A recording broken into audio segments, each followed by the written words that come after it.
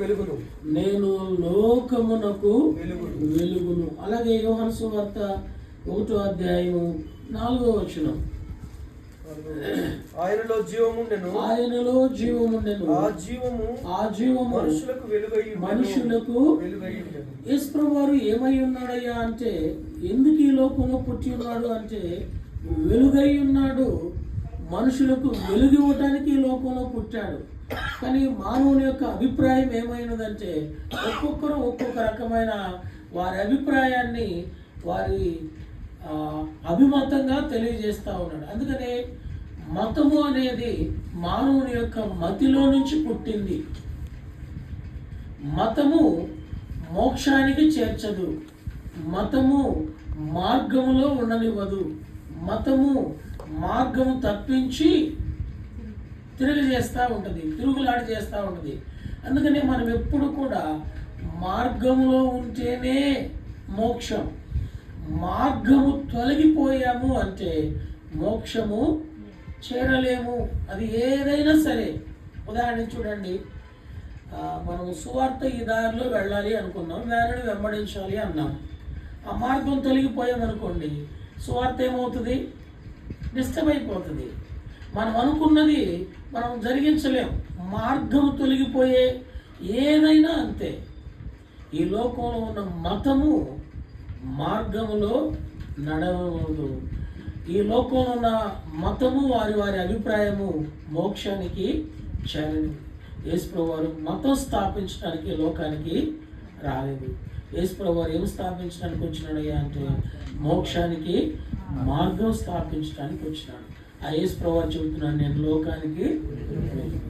ఈ మాట విన్నప్పుడు మనుషుల యొక్క అభిప్రాయాలు ఎలా ఉంటాయి అంటే మేము ఏమైనా చీకట్లో ఉన్నామా? లోకం ఏమైనా చీకట్లో ఉందా? మాకు కరెంట్ పోతే ఇన్వర్టర్ ఉంది, జనరేటర్ ఉంది, టార్చ్ లైట్ ఉంది, సెల్ ఫోన్లో కూడా లైట్ ఉంది, మమ్మల్ని పట్టుకొని చీకట్లో ఉన్నామంటా వెంటనే వారు అనాలోచనగా అవివేకంగా సంబోధించేవారిగా తర్కం పెట్టుకునేవారిగా ఉంటారు. కానీ యేసు ప్రభువారు ఎవరయ్యా అంటే లోకానికి వెలుగు. ఆ లోకానికి వెలుగై ఉన్న ఆయన ప్రతి మనుషుని ఏం చేస్తున్నాడు అంటే వెలిగిస్తున్నాడు. ప్రతి మనుషుని వెలిగిస్తున్నాడు. అలాగైతే మరి లోకము ఎలాగో చీకటిలో ఉన్నది, ఈ చీకటిలో ఉన్న లోకానికి వెలుగు ఇవ్వటానికి ఆయన ఎలాగో వచ్చాడంటే మనం నిన్న కూడా చూసాము. లూకాసు వార్త 2వ అధ్యాయంలో ఆ గొర్రెల కాపర్లు ఎక్కడున్నారని చూసాము. లూకాసు వార్త 2వ అధ్యాయం, లూకాసు వార్త 2వ అధ్యాయము 8వ వచనం, ఆ దేశంలో కొందరు గొర్రెల కాపరులు పొలములో ఉండి రాత్రి వేళ తమ మందను కాచుకొనుచుండగా ప్రభువు దూత వారి యొద్దకు వచ్చి నిలిచెను. ప్రభువు మహిమ వారి చుట్టూ ప్రకాశించుచుండెను. యేసుక్రీస్తు వారి యొక్క జన్మను గూర్చిన వార్తను చెప్పేవారే ఆ చీకటిలో ఉన్న వారి దగ్గరికి వస్తే, ఆ చీకటిలో ఉన్న గొర్రెల కాపరుల చుట్టూ వెలుగు ప్రకాశిస్తే, మరి అసలు వెలుగై ఉన్న ఆయనను చేర్చుకుంటే ఇంకెంత వెలుగు ఉంటుంది? వారెలా వెలిగించబడతారు? వారెలా వెలుగై ఉంటారు? ఆ వెలుగు ఈ మానవుడు గ్రహించలేక ఏమవుతున్నాడు అంటే చీకటి అయి ఉన్నాడు. అలాగైతే మానవుడు ఎలా చీకటిగా ఉన్నాడు? 7 విషయాలు ఉన్నాయి. సమయ హద్దుబాటులను బట్టి 3 లేక 5 విషయాలు జ్ఞాపకం చేసుకుంటాం. నెంబర్ 1 చూస్తాం రండి. మానవుడు ఎలాగూ చీకటి అయి ఉన్నాడు. ఈ చీకటి అయి ఉన్న మానవుడిని యేసుక్రీస్తు వారు ఏ రీతిగా వెలిగించడానికి ఈ లోకంలోనికి వచ్చినాడు అని అంటే మత్తయి సువార్త 6వ అధ్యాయము 23వ వచనం. Matthew's gospel 6:23. మత్తయి సువార్త 6వ అధ్యాయం 23వ వచనం. నీ కన్ను చెడినదైతే నీ దేహమంతయు చీకటిమయమై ఉండను. మానవుని యొక్క కన్ను భూమి మీద ఎలా ఉందంటే తనది కాని దాన్ని ఆశించేదిగా ఉంది. తనది కాని దాన్ని ఆశించడం ద్వారా ఆ కన్ను ఏమైపోయిందండి? చెడిపోయింది. ఏదేను వనములో మన పితరులైనటువంటి తల్లిదండ్రులైన వారిని ఆదాము అవును దేవుడు ఆ ఏదేను వనాన్ని సాగు చేయమని ఉంచాడు. అక్కడ వ్యవసాయం చేయమని ఉంచాడు. ఆ తోటను కాపాడమని ఉంచాడు. అయితే ఆ ఏదెను వనములో ఉన్నటువంటి ఆదాము తోటను సాగు చేస్తున్నాడు, కానీ కాపుకోలేకపోయినాడు కనుక తన కాపుదలలో ఉండవలసిన ఆ స్త్రీ అయిన అవ్వ ఆ పండును చూడగానే ఆమె కంటికి ఆ పండు ఎలా ఉందండి? రమ్యముగా ఉంది, ఆహారమునకు మంచిదిగా ఉంది. ఈ దినాన ఎవరైతే దేవుని యొక్క కాపుదలలో తొలగిపోయేవారిగా ఉంటారో, దేవుడు వారికి ఇచ్చిన దానిని కాపాడుకోలేని వారిగా ఉంటారో, అప్పుడు వారి కన్నులు తమది కాని దాన్ని చూడటానికి ఇష్టపడతాయి. వారి కన్నులు తమ కాని దాన్ని చూసి ఆశించడం ద్వారా వారి దేహమంతా ఏమైపోతుందయ్యా అంటే చీకటిమయమైపోతుంది.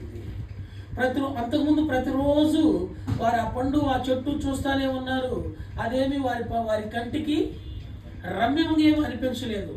ఎప్పుడైతే కాచుకోవలసిన వారి ఆ తోటను కాచుకోలేకపోయారో దుష్టుడు ప్రవేశించాడు.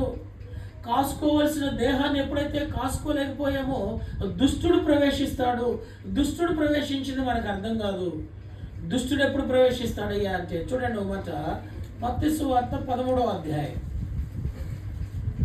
మత్తయి సువార్త 13వ అధ్యాయం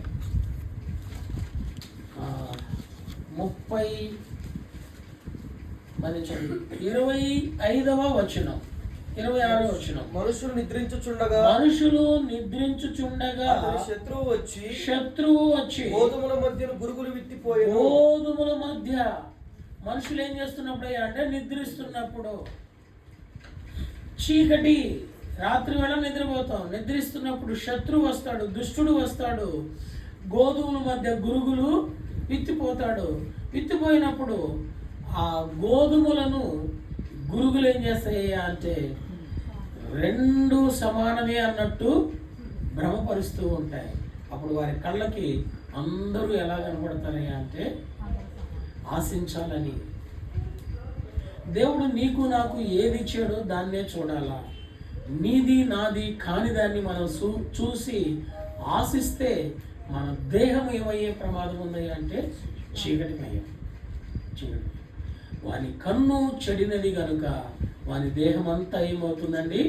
చీకటి అవుతుంది. ఇట్టి చీకటిలో ఉన్న వానికి వెలుగు ఇవ్వటానికి యేసుప్రభువు వారు ఈ లోకంలో జన్మించాడు.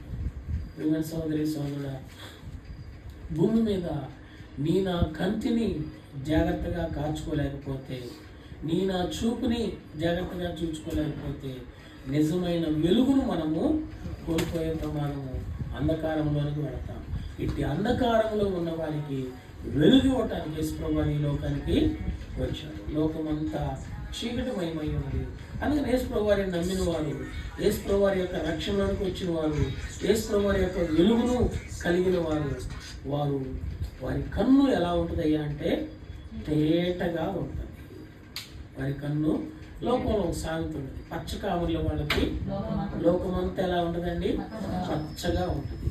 అయితే ఆరోగ్యంగా ఉన్న వారికి లోకమంతా ఎలా ఉంటుంది అంటే ఆరోగ్యంగానే ఉంటుంది.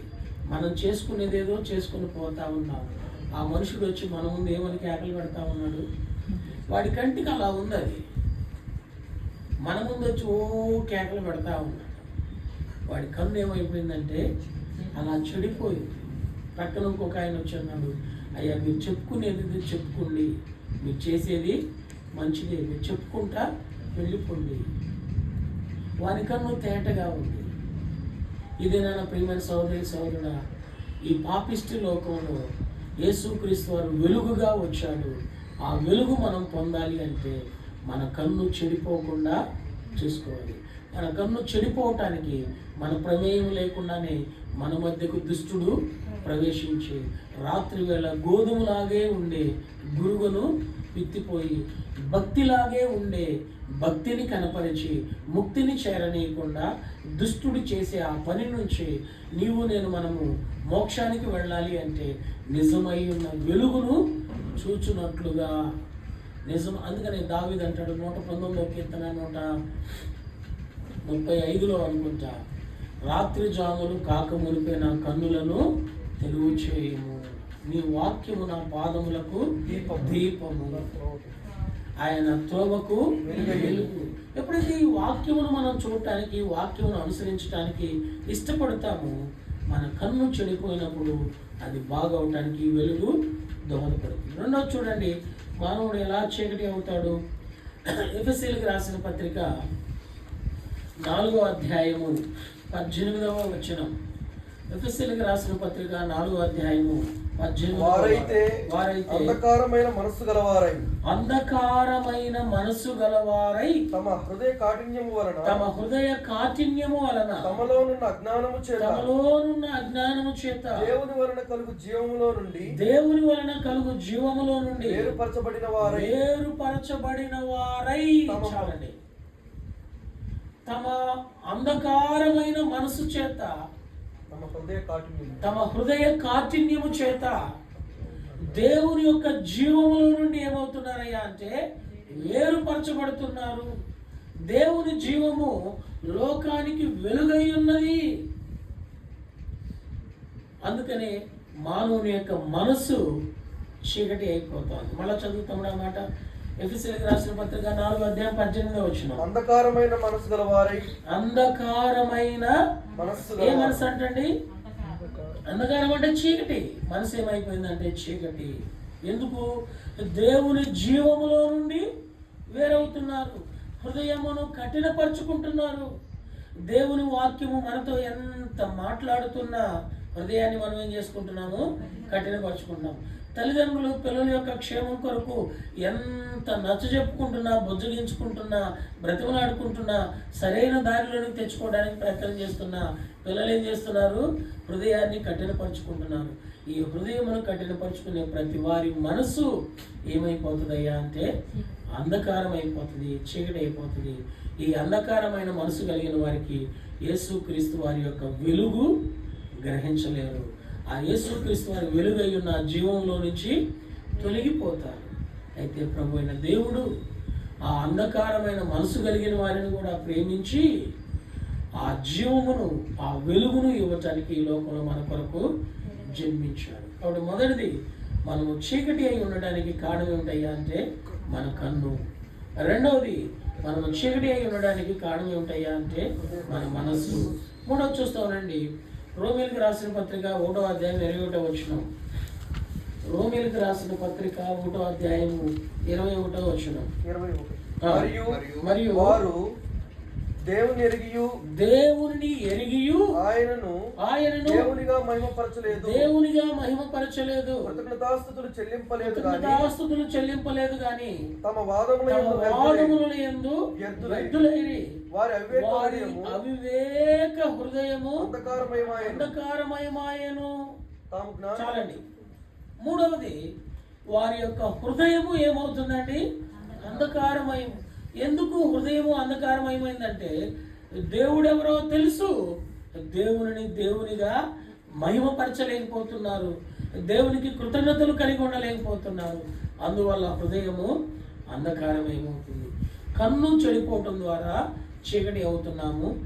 మనసు చీకటి అయిపోతా ఉంది హృదయ కాఠిన్యమును బట్టి. దేవుని ఎరిగి దేవునిగా మహిమపరచలేకపోవడం ద్వారా హృదయం కూడా ఏమవుతుందండి? చీకటి అవుతుంది. సమయం అయిపోతుంది కాబట్టి ఇంతతో ముగిస్తున్నా. అయితే ఈ మూడంతల అంధత్వంలోనికి వెళ్ళిన వారు చీకటి క్రియలు జరిగిస్తారు. చీకటి క్రియలు, వారి కన్ను చెడిపోయిందని వారు గుర్తెరగలేరు, వారి మనసు అంధకారమైందని వారు గుర్తెరగలేరు, వారి హృదయం అంధకారమైందని వారు గుర్తెరగలేరు. మనకు లోకంలో సాంతం, ఏ కూర తింటే ఆ తేపులు వస్తాయి కదండి. ఏ కూర తింటే ఆ తేపులే వస్తాయి. అలానే మన కన్ను చెడిపోయిందని మనం గుర్తెరగలేము, మన మనసు చీకటి అయిందని మనం గుర్తెరగలేము, మన హృదయము అంధకారమైందని మనం గుర్తెరగలేము. కానీ అవి చీకటి అయి ఉంటే ఏ పనులు చేస్తారయ్యా అంటే చీకటి పనులే చేస్తారు. ఎలా ఉంటాయి చీకటి పనులు?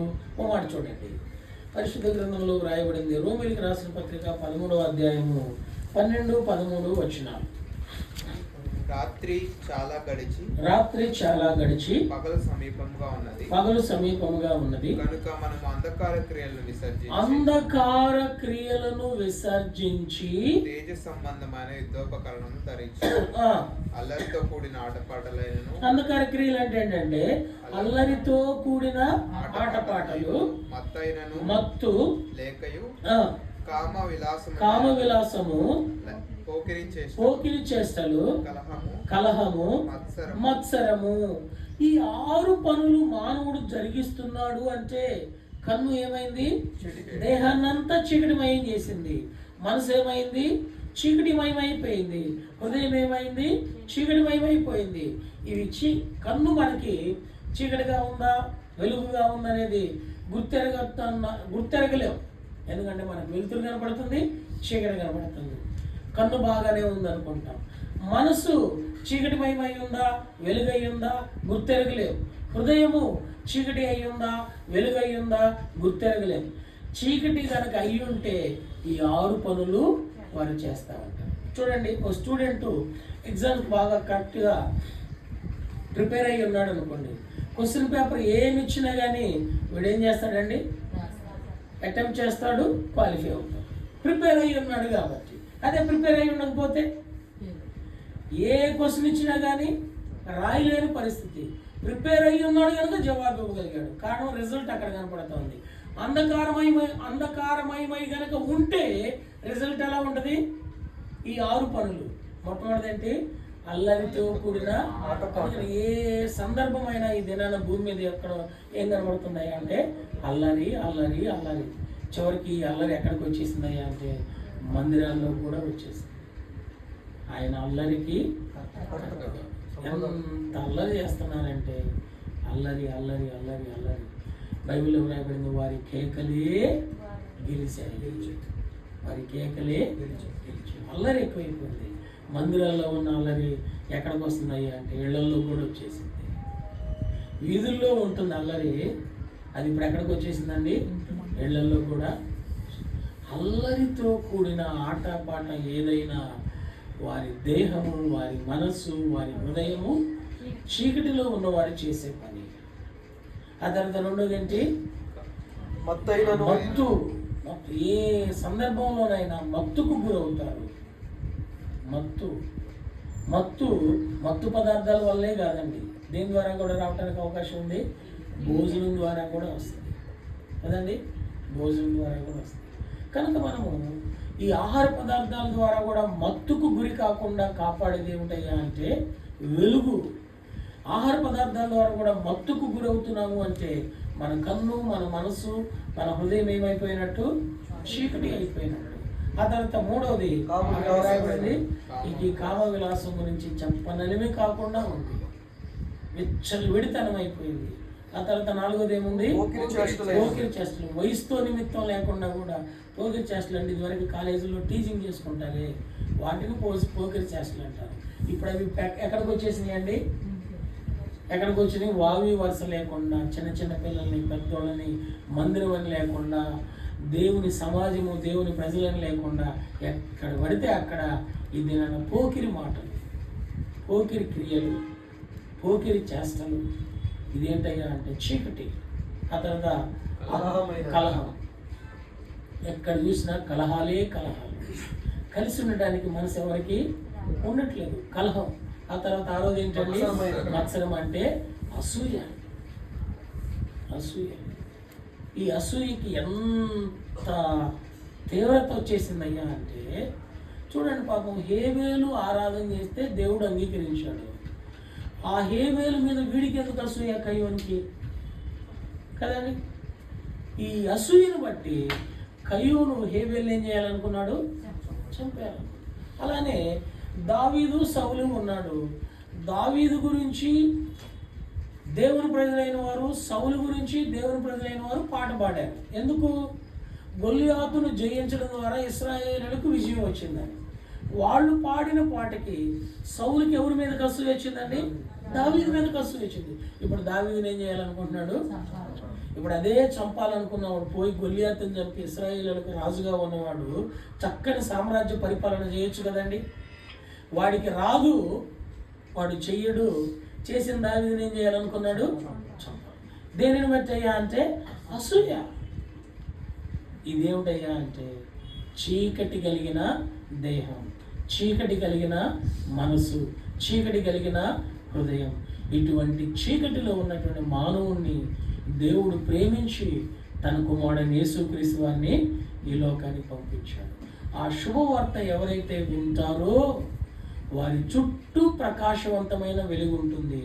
ఆ శుభవార్తను ఎవరైతే లోనికి చేర్చుకుంటారో వారి హృదయము, వారి మనసు, వారి కన్ను తేటపరచబడుతుంది. చూడండి అన్నమాట. యోహాను సువార్త 1:9. యోహాను సువార్త 1:9. నిజమైన వెలుగు ఉండేను, నిజమైన వెలుగు ఉండేను, అది లోకములోనికి వచ్చుచు ప్రతి మనుషుని ఏం చేస్తుందండి? వెలిగించుచున్నది. ప్రతి మనుషుని వెలిగించుచున్నది. ఈ లోకంలోనికి వచ్చి ప్రతి మనుషుని వెలిగించుచున్నది. ఆ వెలుగు యేసుప్రభువు వారు. ఎవరైతే యేసుప్రభువు వారిని హృదయంలో చేర్చుకుంటారో వారు కూడా ఏమవుతారండి? వెలిగించబడతారు. ఈ 6 చీకటి క్రియల నుంచి తప్పించబడతారు. ఇంకా అసూయ ఉంది అంటే, ఇంకా కలహం ఉంది అంటే, ఇంకా పోకిరి మాటలు చేష్టలు ఉన్నాయి అంటే, ఇంకా దానికి ముందేంది? కామ విలాసం, మత్తు, అల్లరి, ఆటపాట ఉందంటే వాళ్ళెవరైనా, సేవ చేస్తున్న సేవకులైనా, భక్తి చేస్తున్న భక్తులైనా, వాళ్ళెవరైనా ఎక్కడున్నారని అర్థం? చీకటిలో ఉన్నారు. ఇటువంటి వారిని కూడా వెలుగులోనికి తేవటానికి యేసుప్రభువు తన రాకడను ఆలస్యం చేస్తున్నాం. లేదండి మేము వెలిగించబడినామండి అని ఈ క్రియలు జరిగిస్తూ ఉంటే రేపటి రోజు నిజమైన వెలుగు ఏం చేస్తుంది? ఒక మాట చూడండి. మత్తయి సువార్త 27:45-46 ఇలాంటి జాబితా అప్పుడు కూడా ఉన్నారు. మత్తయి సువార్త 27:45-46 3 గంటల వరకు ఆ దేశం అంతటను చీకటి కమ్మెను. ఇంచుమించు 3 గంటలప్పుడు యేసు తమ్ముడు అది కదా 22:13 మత్తయి సువార్త 22:13 అంతట రాజు వీని కాళ్ళు చేతులు కట్టి వెలుపలి చీకటిలోనికి త్రోసివేయుడు. వెలుపలి చీకటిలోనికి ఎక్కడున్నవాడిని? పెండ్లి విందులో కూర్చున్నాడు. పెండ్లి కుమారుడు ఆహ్వానిస్తే పెండ్లి విందులో కూర్చున్నాడు. ఆ విందుకు ఆహ్వానించిన వాడు వచ్చిన వాళ్ళందరినీ పలకరించుకుంటా వెళతా ఉన్నాడు. ఆ దినాల్లో యూదుల సాంప్రదాయం ఏంటంటే పెండ్లికి ఎవరికైనా ఆహ్వానిస్తే భోజనపు పంక్తిలో కూర్చోవడానికి పంపించేటప్పుడు వాళ్ళకి పై వస్త్రం ఇచ్చి పంపిస్తారు. దాన్ని దినాల్లో మనం చూడండి, ఎవరైనా వారి ఇంటి దగ్గర పుట్టినరోజుకి ఏదైనా కార్యక్రమాలు చేసుకుంటా ఉంటే కొంతమంది చెమ్ము, గ్లాసు, ఫ్లాస్క్ ఏదో ఒక గిఫ్ట్ ప్యాక్ ఇస్తూ ఉంటారు కదా వచ్చిన వాళ్ళందరికీ.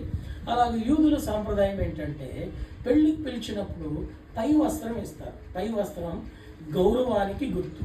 పూర్వము గ్రామాల్లో ఆ గ్రామ పెద్దలైన వారు, మంచి మర్యాద తెలిసిన వారు భుజం మీద ఏముంటుందండి? పై వస్త్రం. దాన్ని కండవ అంటారు. పై వస్త్రం గౌరవానికి గుర్తు.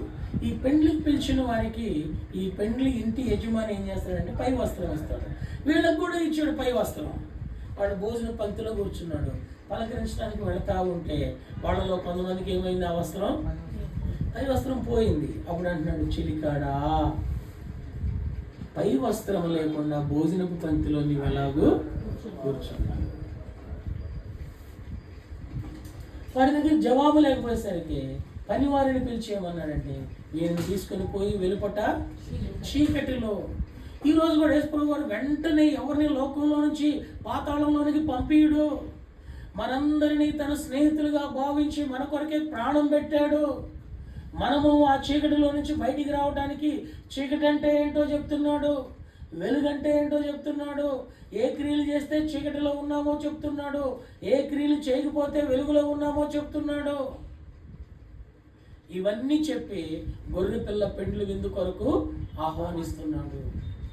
ఆహ్వానించిన ఆయన ఒకరోజు మన క్రియలను బట్టి ఆయన అడుగుతాడు, చెలికాడా పై వస్త్రము లేకుండా నీవు ఎలాగూ భోజనపు పంక్తిలో కూర్చున్నావు. వీరిని పట్టుకొని వెలుపట చీకటి కొట్టులో పడవి. అక్కడేముంటది? ఏడుపు. ఈరోజు కూడా చూడండి, ఎక్కడ చూసినా కానీ పళ్ళు కొరికే వాళ్ళు ఎక్కువ అవుతున్నారు. చూసారా ఎక్కడన్నా ఎప్పుడన్నా పళ్ళు కొరికే వాళ్ళు భూమి మీద తోటి మనిషిని చూసి పళ్ళు నోరుతా ఉన్నారు. వీళ్ళు పళ్ళు నూరుతున్నారు అంటే ఎక్కడికి పాత్రలు అయి ఉన్నారు? చీకటికి. ఆ చీకటిలో ఉన్న నిన్ను నన్ను సర్వమానవాళిని వెలుగులోనికి తీసుకుని వచ్చి మహిమరాజ్యం చేర్చడానికి యేసుప్రభువు వారి ఈ లోకంలో కన్యక మరియ గర్భమున జన్మించాడు. ఆ యేసుక్రీస్తు వారి యొక్క వాక్యానికి ఎవరైతే హృదయంలో చోటిస్తారో వారు ఏమవుతారు? వెలిగించబడతారు.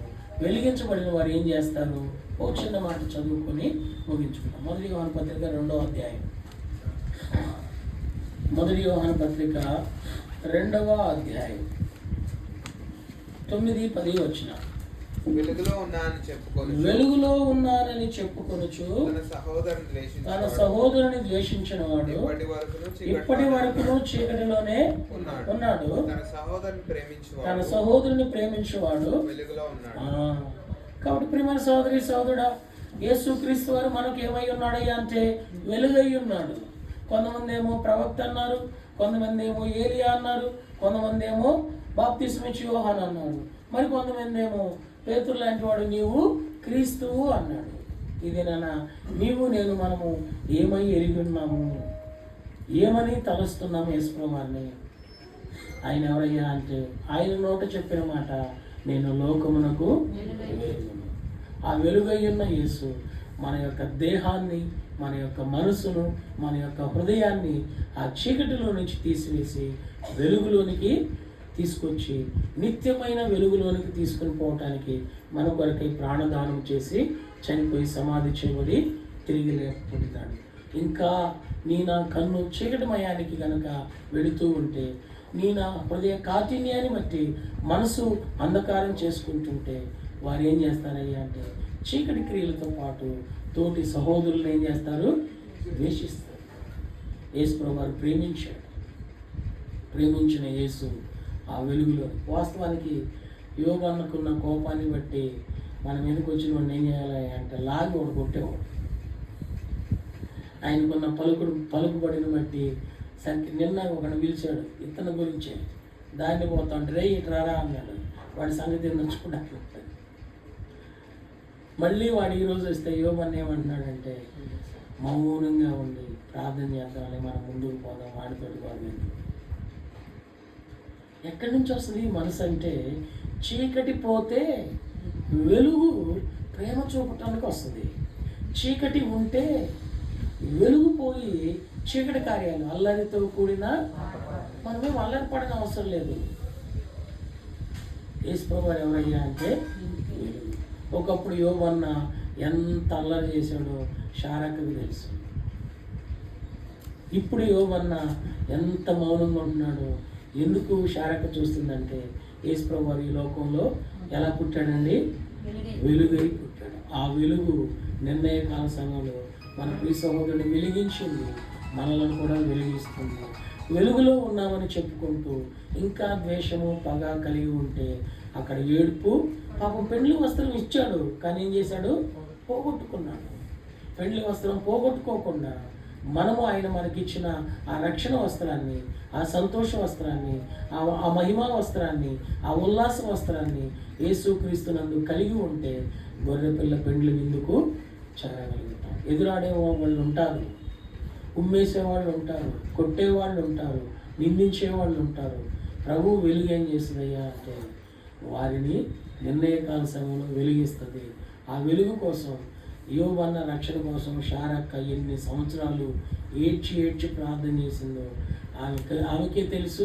ఆమె కన్నీరుని చూసినా దేవునికే తెలుసు, మనకెవరికి తెలియదు. కానీ అదే సమయంలో బంధువులు కూడా ఏమంటారంటే ఎలా ఎగుతున్నావమ్మా ఇలాంటి వానితోటి, ఎందుకు ఇంకా ఈ బతుకు విడిచిపెట్టి వచ్చేస్తే ఊపిరి ఉంటే ఉప్పు గొల్లు అమ్ముకొనైనా బతకొచ్చు కదా అని సలహాలు ఇస్తూ ఉంటారు. కానీ ప్రభు ఎలాంటి వాడయ్యా అంటే వెలుగై ఉన్నవాడు. ఎంత గాఢాంధకారపు చీకటిలో ఉన్నవారినైనా వెలిగించగలుగుతాడు. ఆ వెలుగును మనం లోకానికి పంచగలిగితే అదే ప్రేమ, అదే క్రిస్మస్, అదే పరలోక రాజ్యానికి మార్గం. మతము దేవుడిని వెతికేటట్టు చేస్తుంది, మార్గము సువార్తను పంచేటట్టు చూస్తుంది. మనం మార్గంలో ఉన్నాం. మార్గము తొలగిపోకుండా ఆ వెలుగులో కొనసాగుతూ అనేకులకు వెలుగు పంచగలిగినట్లయితే దానియేలు గ్రంథం 12:3 రాయబడింది, ఎందరూ అనేకులు ఆయన వైపు తిప్పగలుగుతారో వారు ఆకాశ మండలం ముందున్న జ్యోతులు వలె వెలిగే వారిగా ఉంటారు. నీవు నేను మనం అలాగూ దేవుని కొరకు కొందరిని సంపాదించి నిజమైన క్రిస్మస్ ఇక్కడ అనుభవిస్తూ నిత్యత్వంలో కూడా క్రిస్మస్ యొక్క ఆశీర్వాదంలో కొనసాగబడుతున్నాం. ఇంకా ఎవరైనా ఈ వెలుగులో ఉన్నారని చెప్పుకుంటూ ఆ చీకటి క్రియలు జరిగిస్తూ ఉంటే, ఈ వెలుగులో ఉన్నారని చెప్పుకుంటూ తోటి సహోదరుడి మీద ద్వేషము కలిగి పగ కలిగి ఉంటే, ప్రియమైన సహోదరి సహోదరుడా, రేపు నీది నాది మనది కాదు, ఇదే మిక్కిలి అనుకూలమైన సమయం. ఈ నిజమైన వెలుగు దగ్గరికి రాగలిగి ప్రభువును చూడగలిగినట్లయితే ఆ చీకటి క్రియలన్నిటినీ జయించడానికి దేవుడు కృపిస్తాడు. నిన్ను నిత్యత్వంలో ఆరని అగ్నిగుండం నుంచి, ఆ ఏడ్పు పండ్లు కొరికి ఆ పాతాళపు స్థితి నుంచి తప్పించి రక్షిస్తాడు. అందుకే ప్రభువారు ఈ లోకానికి వచ్చాడు. ఆ నిజమైన వెలుగు మన ప్రియ సోదరుడు యోగన్న, శారక్క వారికి ఇచ్చిన 4 పిల్లలు వారి భవిష్యత్తు సదాకాలం దేవుడు వారికి అనుగ్రహించి ఆశీర్వదించునుగాక. చిన్న ప్రార్థన చేసుకుంటాం. ప్రియమైన తండ్రి, మా ప్రియుడు యోగన్న, శారక్క వారి గృహంలో మీ నామం పేర్చ మానవ హద్దుబాటులో మా గమనాన్ని తీసుకొచ్చిన మీ వాక్యమును బట్టి మిమ్మల్ని స్తుతిస్తూ ఉన్నాం. తండ్రి, మా కన్ను చెడిపోతే మా దేహమంతా చీకటిమయము, మా హృదయ కాఠిన్యమును బట్టి మా మనస్సు చీకటి, దేవుని ఎరిగి దేవునిగా మహిమ పంచకుండా దేవుని అవమానిస్తే మా హృదయము అంధకారం. ఇలా ఉంటే చీకటి కార్యాలు చేసి ఏడ్పు పండ్లు కొరికి ఆ చీకటిలోనికి పంపవలసి ఉన్నావారం. అయితే మీ కుమారుడు యేసుక్రీస్తు వారిని నువ్వు మా కొరకే ఈ లోకానికి పంపించి, ప్రభువా నీ ప్రేమను రుచి చూపించి నీ యొక్క సత్యంలోనికి నడిపించి నీ నిజమైన వెలుగులో మేము మా ఇంటి వారు చేరి వచ్చే స్థానిక సంఘం అంతా నిత్యత్వంలో ఉండాలని మా కొరకై గాఢాంధకారపు చీకటిలో అరుణోదయమై ఉన్న వెలుగుగా నీవు జన్మించి నిర్ణయకాల సమయంలో యోగనను వెలిగించినందుకే మిమ్మల్ని స్తుతిస్తున్నాం. తన ఇంటి వారందరినీ, రక్త సంబంధికులను తన వారందరినీ వెలిగించి ఏ ఒక్కరూ కూడా తండ్రి ఆరని అగ్నిగుండానికి వెళ్లకుండా మీ నిత్య రాజ్యానికి రాగలిగినట్లు మీ కార్యమును మీరే నెరవేర్చమని రాగలిగిన ప్రియులైన వారందరిని బట్టి స్తుతిస్తున్నాం. తండ్రి, తోటి సహోదరుని ద్వేషించే ఆ అంధకారంలో మేము ఎవరమే ఉండకుండా నీ వలె నీవు సెలవిచ్చిన మీ మాట నీ పొరుగు వారిని ప్రేమించమని ఆ ప్రేమను కలిగి వెలిగించబడిన వారిని నిత్యమైన వెలుగులోనికి రావడానికి సిద్ధపరుస్తూ రమ్మని, నిజమైన క్రిస్మస్ వెలుగు మా ప్రియ సోదరి శారక్క తన యజమానిని సంపాదించుకున్నట్లు, తన పిల్లలను అలాగ సమకూర్చుకున్నట్లు నీ దాసురాన్ని వెలిగించినందుకే మిమ్మల్ని స్తుతిస్తూ, ఆ వెలుగు వారి చీకటిని, వారి దుఃఖమును, వారి కన్నీటిని, వారి బాధను, వారి నిందను, వారి అవమానమును, వారికి కలుగుతున్న ప్రతి కొరతను తీర్చి వెలుగులు సర్వ సమృద్ధి ఇహమందు పరమందు మెండుగా అనుగ్రహించమని విశ్వాసం దేశప్రభువారి పేరట హృదయపూర్వకంగా స్తుతులర్పించి ప్రార్థించి వేడుకుంటున్నాం మా తండ్రి. ఆమేన్. మన తండ్రి అయిన దేవుని ప్రేమ, కుమారుడైన యేసుక్రీస్తు వారి కృప, పరిశుద్ధాత్మ దేవుని యొక్క అన్యోన్య సహవాసము కూడి ఉన్న మనకును సకల పరిశుద్ధులకును విశేషముగా లోకమునకు నిజమైన వెలుగుగా వచ్చిన యేసునందు ఆ వెలుగు కలిగి జీవము కలిగి నిత్య నివాస పట్టణమునకు నేనును నా ఇంటి వారిను వెళ్ళాలని తీర్మానం కలిగిన తన వారందరికీ, తన ప్రజలైన వారిని చేర్చుకుని ఆతిథ్యం ఇస్తున్న ప్రియుల కుటుంబానికి సదాకాలము దేవుడు తోడయ్యుండి నడిపి కాపాడి ఆశీర్వదించునుగాక. ఆమేన్. నిష్కలంక బలి నిర్దోష ప్రభువే, అమూల్య రక్తమేఘ ముక్తి మార్గము. నిష్కలంక బలి నిర్దోష ప్రభువే, అమూల్య రక్తమేఘముక్తి మార్గము. ఏమి అర్పించేదాము దానికి బదులుగా, స్తుతి మహిమా ప్రభునకే. ఏమి అర్పించేదాము దానికి బదులుగా, స్తుతి మహిమా ప్రభునకే. అంధకార లోకమునకు వెలుగు నీవ ప్రభువు వచ్చెను. స్తుతి మహిమా ప్రభునకే. అంధకార లోకమునకు. Praise the lord.